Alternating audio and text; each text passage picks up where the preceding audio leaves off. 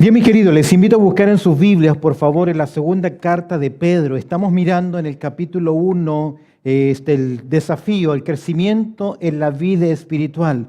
Pedro nos ha presentado los primeros versículos, la razón del crecimiento. Ahora estamos mirando cuál debe ser nuestra respuesta hacia el crecimiento espiritual. A veces pedimos y le decimos a Dios, ayúdame a crecer en mi vida espiritual. Quiero que observes el consejo práctico de Pedro. Mira conmigo en 2 de Pedro, en el capítulo 1, verso 3, la palabra del Señor dice así: como todas las cosas que pertenecen a la vida y a la piedad nos han sido dadas, Pedro está hablando que la vida proviene del Señor. Él nos ha provisto la vida, nos ha provisto la piedad que tiene que ver con la devoción.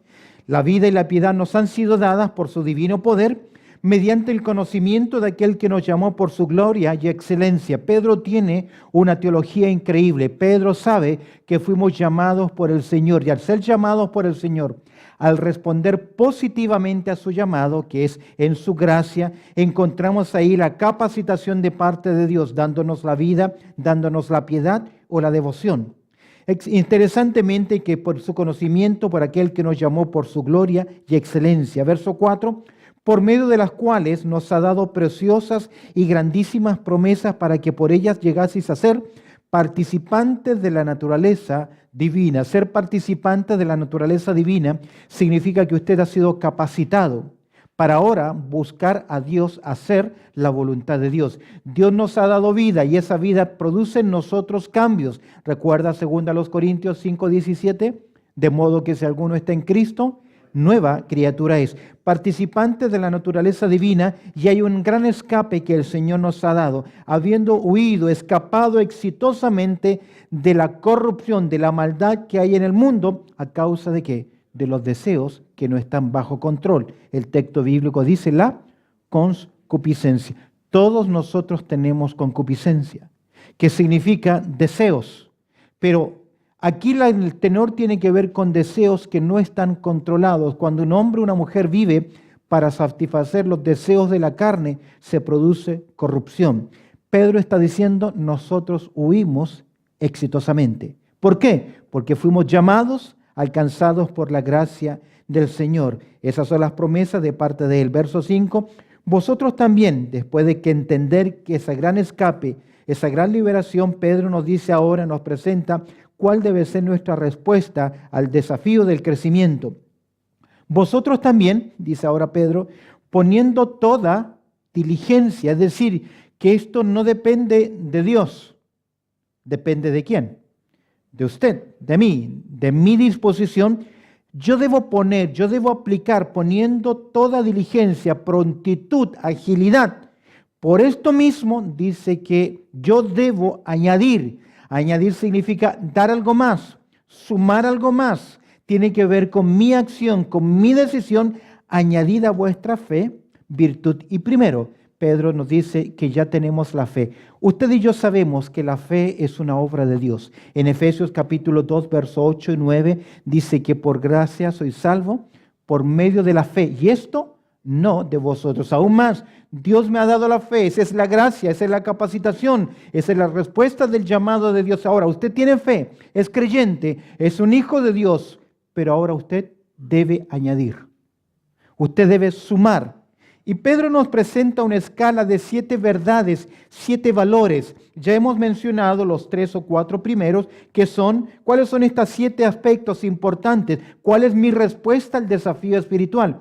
Recuerda que al final de este libro, 2 de Pedro, capítulo 3, verso 18, tenemos el mandato de Pedro, que debemos crecer en la gracia y el conocimiento. Y es mi responsabilidad. ¿Cómo respondo yo al crecer en la gracia y en el conocimiento? 7 aspectos importantes. El primero de ellos, verso 5, es añadid a vuestra fe virtud. La virtud tiene que ver con valentía, tiene que ver con victoria, tiene que ver con energía, tiene que ver con vivir una conducta de excelencia moral, aplicarse hacia ello, tener el ánimo, la fuerza de querer hacerlo. Tiene que ver con todo aquello que es considerable bueno y que trae fortaleza en nuestra vida espiritual. Esa es su decisión. Yo decido hacer la voluntad de Dios con ánimo o apenas. Usted decide. Virtud. Ya tiene la fe. Usted debe sumar, porque hay creyentes que durante años lo único que tienen es fe. No tienen vigor porque no tienen virtud. Y a la virtud, dice Pedro, en el mismo verso 5, debemos añadir también a la virtud, ¿qué cosa? Conocimiento. El conocimiento no es solamente información. Este conocimiento tiene que ver con un aspecto práctico de relación con Dios. En la medida que yo tengo comunión con Dios y comunión con la palabra de Dios, comienzo a amar lo que Dios ama y a rechazar lo que Dios rechaza. Usted sabe que la palabra de Dios dice, el Salmo 119, verso 105, lámpara es que a mis pies tu palabra y lumbrera mi camino. Pero ¿cómo va a ser una lámpara a mis pies si no la conozco? En mi debilidad, usted debe mirar su vida espiritual, su vida. Usted sabe que en su vida hay áreas difíciles. Por ahí su área débil es la lengua, los sentimientos, pensamientos, los celos, los enojos, mal carácter, no lo sé. Esas áreas débiles en nosotros se convierten en el blanco de Satanás. ¿Cómo defendernos del ataque de Satanás? Conozca versículos bíblicos que le protejan en esas áreas. Por eso que yo debo añadir a la virtud, a la energía, a la disposición, a la valentía. Yo debo añadir conocimiento, y el conocimiento viene por conocer las Sagradas Escrituras. Somos el pueblo del libro y muchas veces lo que menos conocemos es el libro. He oído a personas casi que con jactancia, yo llevo muchos años en el cristianismo, pero no sé mucha Biblia. Eso es una vergüenza, porque su deber es estar diariamente con el libro de Dios. Su Biblia debe estar gastada de tanto marcar de nuestras lágrimas sobre este papel cuando Dios nos habla. Así deben ser nuestras Biblias. Al virtud, conocimiento. En tercer lugar, al conocimiento, dice Pedro, versículo 6, la primera parte, debo agregar ahora ¿qué cosa?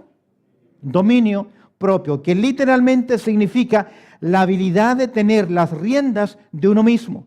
Significa poder domar una bestia salvaje. Se traduce en templanza en Gálatas capítulo 5, verso 23, que es obra o fruto del Espíritu Santo. Un cristiano no es una persona desposeída de toda pasión, sino alguien cuyas pasiones están bajo control. No significa que no nos enojamos o que no nos podemos airar, pero no nos descontrolamos en la ira. Dice la Escritura que el que fácilmente se enoja hará locuras. Y es mucho más fuerte o más valeroso aquel que domina su propio ira que aquel que conquista un pueblo o una nación. Un cristiano no es una persona que es desposeída de habilidad de tener emociones o pasiones, sino que la idea acá es que tiene dominio propio. ¿Las puede qué? Controlar, las tiene bajo control. La clave para seguir la sumisión en esto o tener este control es ser guiados por Él. Espíritu Santo de Dios en nuestras vidas. Pedro, ¿qué nos dice? Al conocimiento, dominio propio. Y ahora en cuarto lugar, al dominio propio, ¿qué debemos agregar? Paciencia. Mientras que uno tiene que ver con el control de las emociones, lo otro tiene que ver con la tenacidad, la capacidad de poder perseverar frente a las dificultades.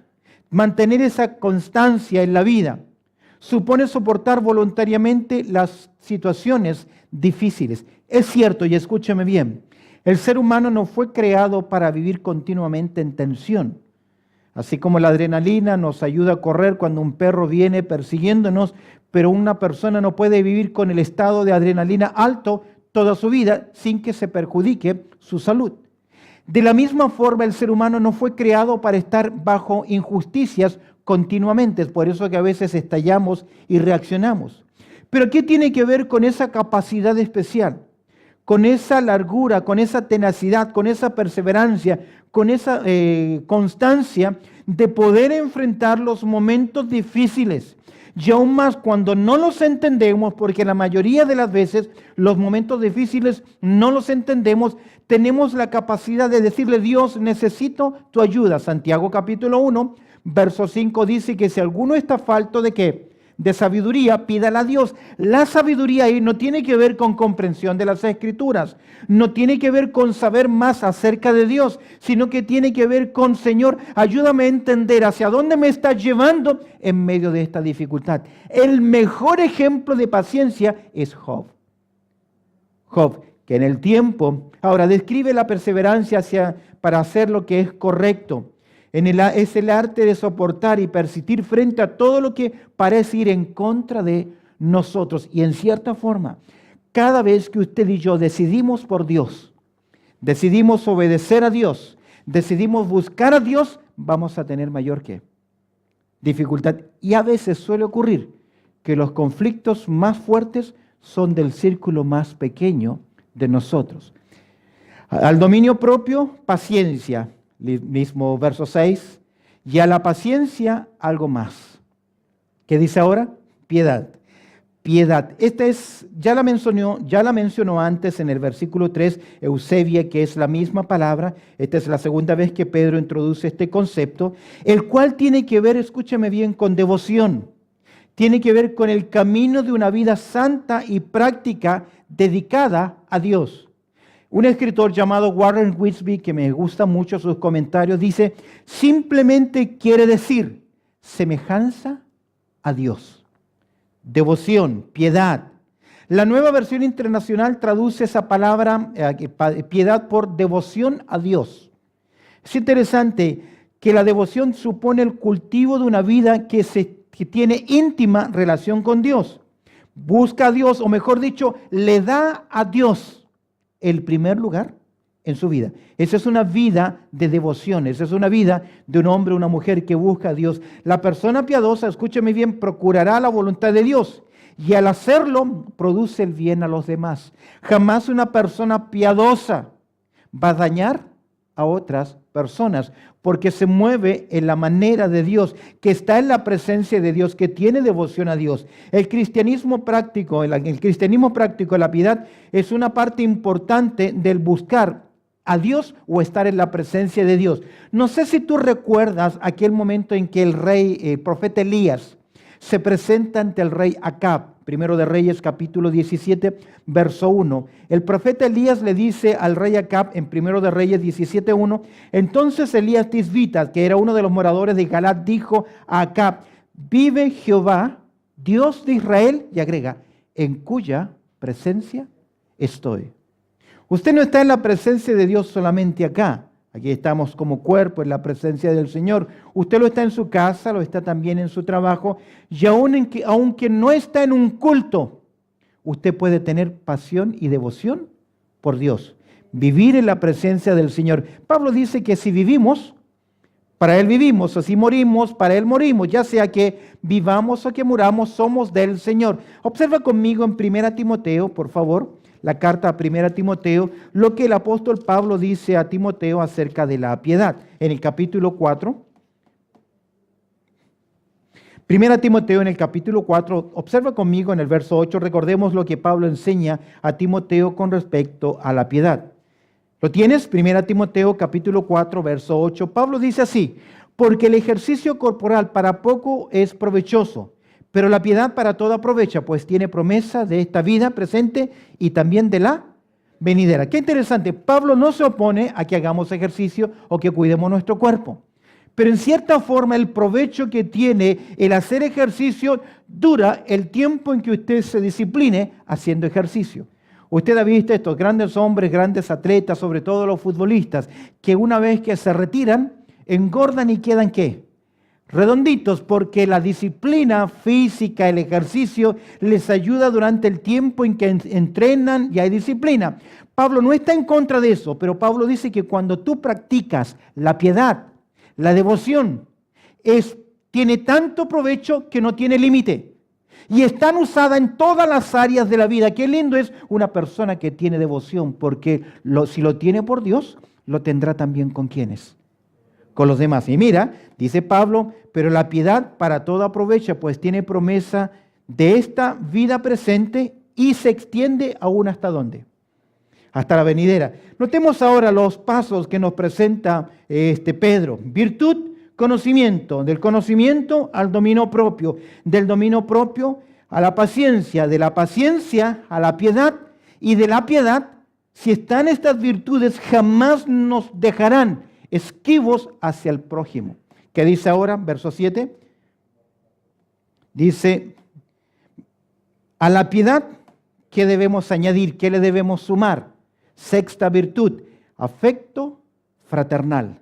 La palabra fraternal, afecto fraternal, es la palabra griega Filadelfia.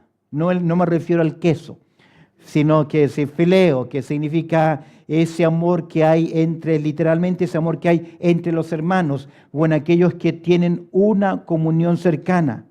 La esencia es clave. Si amamos, escúchame bien, si amamos a Dios, si yo digo que amo a Jesucristo, debo amar también ¿a quién? A mis hermanos. No hay opción en esto. El creyente que está en verdadera relación con Dios siempre manifestará afecto fraternal. Mira conmigo en 1 de Juan capítulo 4. 1 de Juan capítulo 4. Mira qué interesante lo que dice 1 de Juan allá en el capítulo 4, verso 20.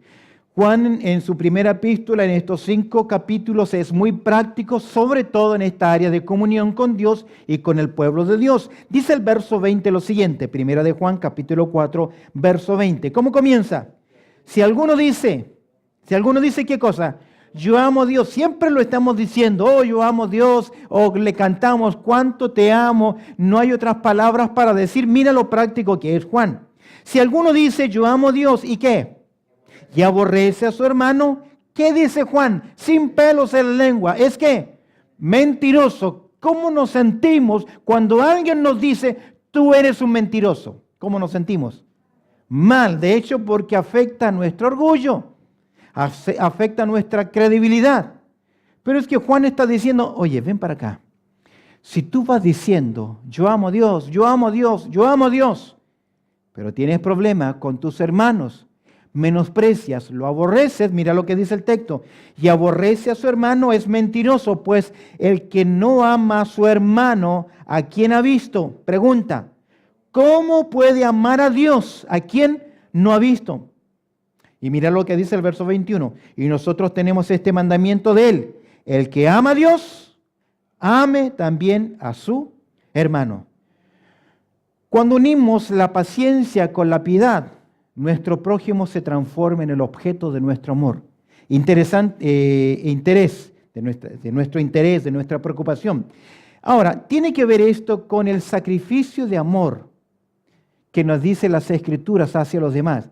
Expresar nuestro amor a los hermanos no es un sentimiento, es una acción, es un deber de los hijos de Dios. Esto parte por el respeto a los demás.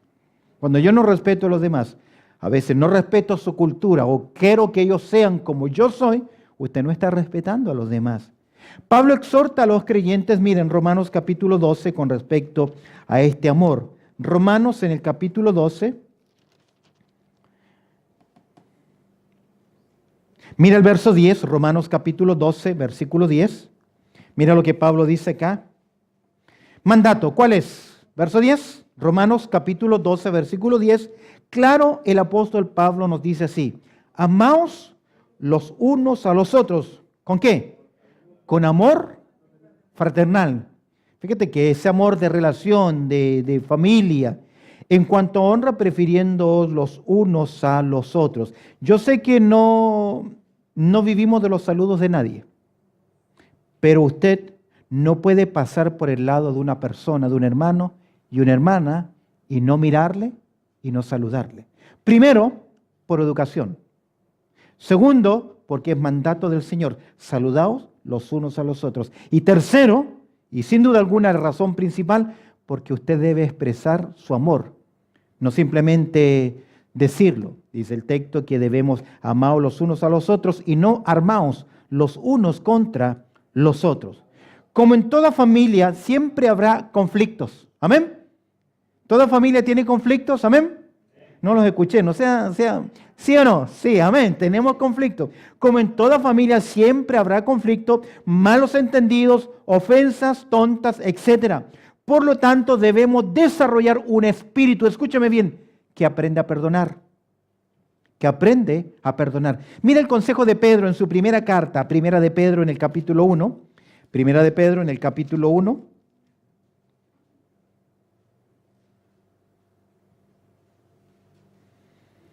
Dice al final del verso 22, primera de Pedro, capítulo 1, verso 22, dice, amaos unos a otros entrañablemente, y agrega algo más, de corazón puro. Porque a veces decimos, te amo, hermanito, pero por dentro está hirviendo. No, con corazón que sea ¿qué? Que sea puro. Quiero que leas conmigo un verso más, primera de Juan, capítulo 3. Mira las palabras de Juan, primera de Juan, capítulo 3. Quiero que las leas y pienses lo que dice el texto. Primera de Juan, capítulo 3. Mira conmigo el verso 14. ¿Lo tienes? Primera de Juan, capítulo 3, verso 14. Marca este texto muy práctico de parte de Juan. Nosotros, los creyentes, se refiere nosotros o los creyentes, nosotros sabemos, tenemos la confirmación que hemos pasado ¿de qué? De muerte a vida. ¿Qué significa pasar de muerte a vida?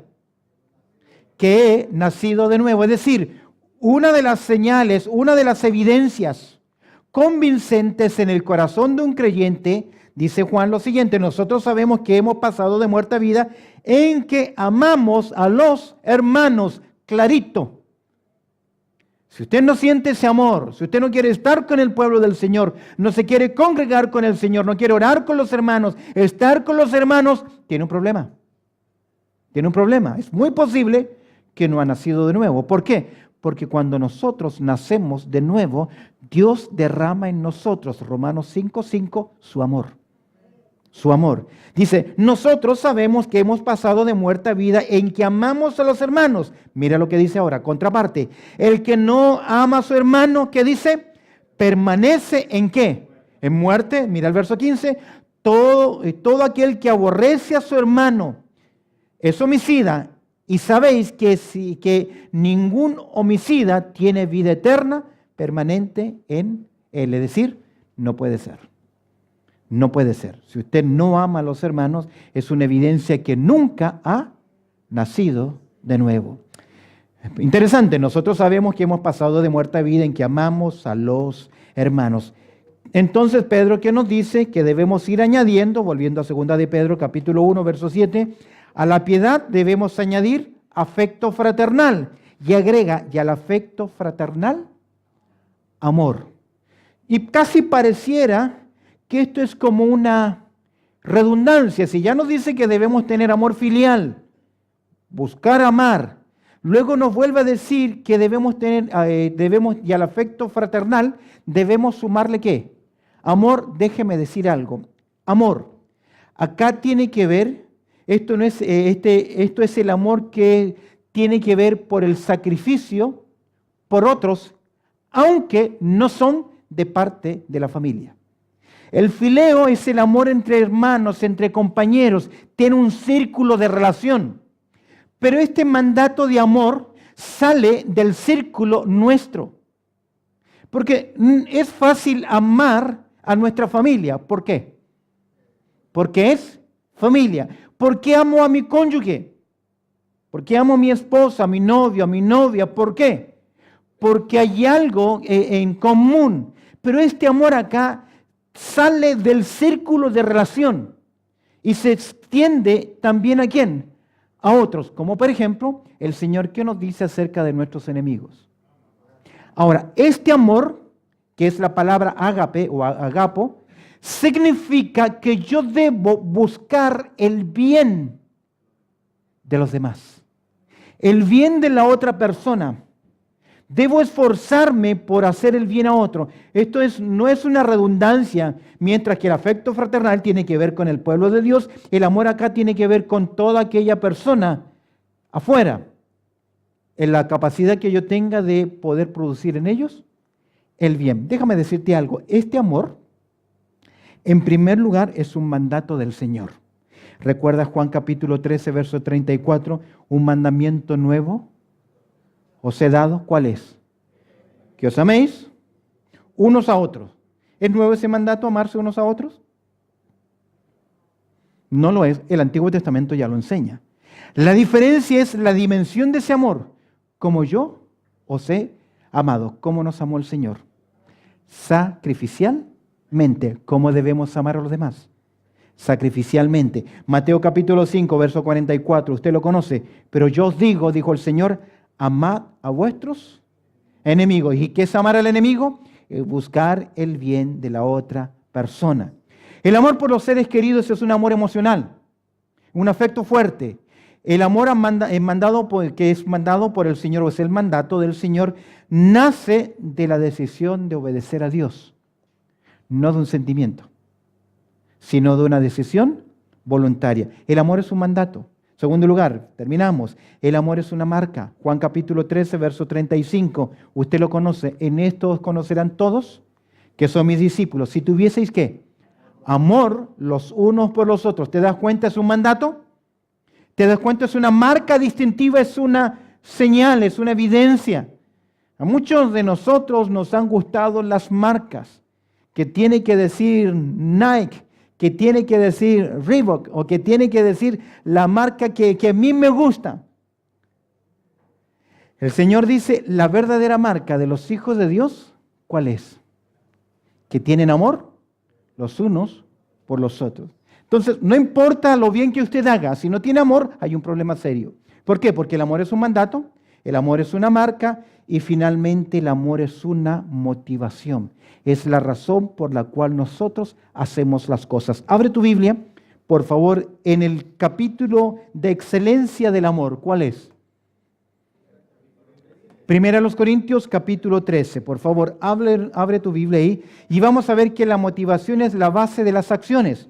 Podemos hacer, escúchame bien, mientras busca Primera a los Corintios, capítulo 13.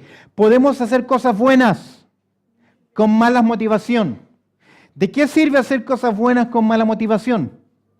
No sirve de mucho. Es por eso que Pablo nos va a hablar acá sobre la excelencia del amor. Y nos va a decir por qué el amor es tan importante y por qué Pedro dice al afecto fraternal deben sumarle también la decisión de amar, que es buscar el bien de los demás. Mira, vamos a ver acá cómo es que el amor, con esta motivación de parte de Dios, es mucho más poderosa de lo que nosotros podemos producir. Mira lo que dice el texto. Si yo qué, verso 1, si yo qué, hablase lenguas humanas y angélicas. Pablo está presentando una exageración del lenguaje. En gramática se llama una hipérbole, que es exagerar. Cuando llueve muy fuerte, nosotros decimos que está lloviendo ¿a qué? A cántaros. No son cántaros los que caen, es una exageración. ¿Para qué? Para decir, wow, que está lloviendo fuerte. Aquí la idea es una exageración. Nadie puede hablar todas las lenguas, nadie es un gran políglota. Y a la vez hablar lenguaje angelical. Pero Pablo dice, si es que existiese ese lenguaje angelical, y si hubiese alguien que pudiese hablar todas las lenguas humanas, es decir, lo que él puede producir, pero y no tengo amor, ¿qué dice? Vengo a ser como metal que resuena, como címbalo que retiñe. En otras palabras, casi la idea es, ese címbalo que retiñe, el sonido tiene que ver con un sonido metálico que molesta. ¿Usted conoce la marimba? Son metales de diferente longitud, pero al ser tocados bien produce una linda melodía. Pero cuando uno está golpeando solamente un metal y sigue con ese metal, ¿ese ruido qué es? Molesto. Mira lo que dice Pablo. El amor y las acciones con mala motivación, mira, el amor que Dios pide de nosotros está por sobre todo lo que podemos producir. Usted puede tener lenguas humanas, lenguas angelicales, pero no tiene amor, no sirve. Es como un címbalo que molesta. Mira, aún más, en la motivación correcta, Pablo dice, el amor está por sobre lo que podamos poseer. Verso 2, ¿qué podemos poseer? Si tuviese una persona que profecía y entendiese todos los misterios y toda ciencia, ¿existe esa persona? No, es un lenguaje hiperbólico, pero si hubiese una persona con esa capacidad de conocimiento, dice Pablo, y si tuviese toda la fe, de tal manera que trasladase los montes. Nunca hemos visto a alguien trasladar un monte. Es una enseñanza para decirla. Es importante tener fe. Pero si hubiese alguien que hubiese hecho eso, ¿y qué agrega Pablo? ¿Y no tiene amor? Nada soy, porque el amor está por sobre todo lo que nosotros podamos en primer lugar producir. Está por sobre todo lo que nosotros podamos poseer, sea que tenga profecía, conocimiento o la fe que tenga. Y finalmente, el amor está por sobre todo lo que podamos proveer. Mira el verso 3. Y si repartiese todos mis bienes, un gran altruismo, y si repartiese todos mis bienes, no algunos, sino que todos, para dar de comer a los pobres, qué linda motivación, ¿no te parece algo bueno? Qué lindo sería que todos los ricos hicieran esto. Es bueno, es un acto de altruismo, de generosidad impresionante. Y agrega el texto, y si repartiese todos mis bienes para dar de comer a los pobres. Y mira, ahora, no simplemente el gran altruismo, sino la gran abnegación. Y si entregase mi cuerpo para ser quemado, qué tremenda abnegación, qué tremendo sacrificio. Pero mira lo que dice Pablo, y no tengo amor, de nada me sirve. Oye, podemos hacer las cosas correctas, ¿pero qué? Con una motivación incorrecta. Es por eso que el amor es un mandato, es por eso que el amor es una marca, es por eso que el amor es la gran motivación por la cual hacemos nosotras las cosas. Amados, podemos hacer, poseer y dar mucho. Podemos ser muy celosos de las cosas de Dios, de la doctrina, de las prácticas, de la iglesia, pero si no tengo la motivación correcta, ¿qué? No sirve de nada. El amor que Dios pide de nosotros está por sobre todo lo que podamos poseer, producir y también proveer a los demás. Terminemos con 1 de Juan capítulo 4, verso 16. 1 de Juan 4, mira conmigo el verso 16.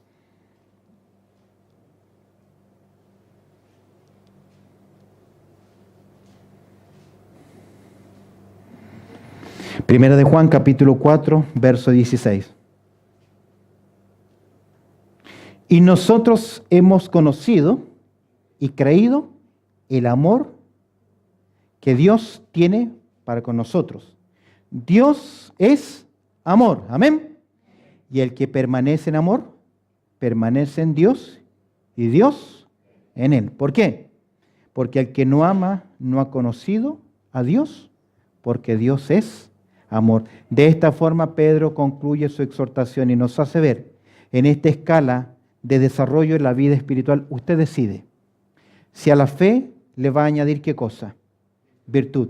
Si a la virtud le va a añadir conocimiento, si al conocimiento dominio propio, si al dominio propio paciencia, y a la paciencia piedad, y a la piedad afecto fraternal, y al afecto fraternal amor. Si usted pone, aplica, porque es su responsabilidad, añadir, es su deber. Si usted comienza a hacer esto, próxima semana vamos a ver los resultados. No nos van a dejar estar ociosos y sin fruto. En otras palabras, deja de pedir, Señor, ayúdame a crecer espiritualmente. Comienza en tu vida ¿qué? Añadir cosas. Amén. Bendito Padre Celestial, te damos gracias, Señor, por tu amor, por tu cuidado, porque tú eres bueno y nos permites, Señor, estudiar tu palabra, considerar verdades prácticas en nuestras vidas. Te damos gracias, Señor, por este lindo tiempo de compartir, Señor, y añade tu bendición, Señor, a la reflexión que hemos hecho hoy al estudiar tu palabra. Te pido, Señor, por mis hermanos que están acá presentes, por aquellos que nos oirán, Señor, a través de la radio o quienes nos verán, Señor, a través de la net. Te pido, Señor, que estas palabras, que este desafío, Señor, sea también una voz de tu palabra hacia sus vidas, Señor. Te damos gracias orando a través del precioso nombre de Cristo Jesús. Amén y amén.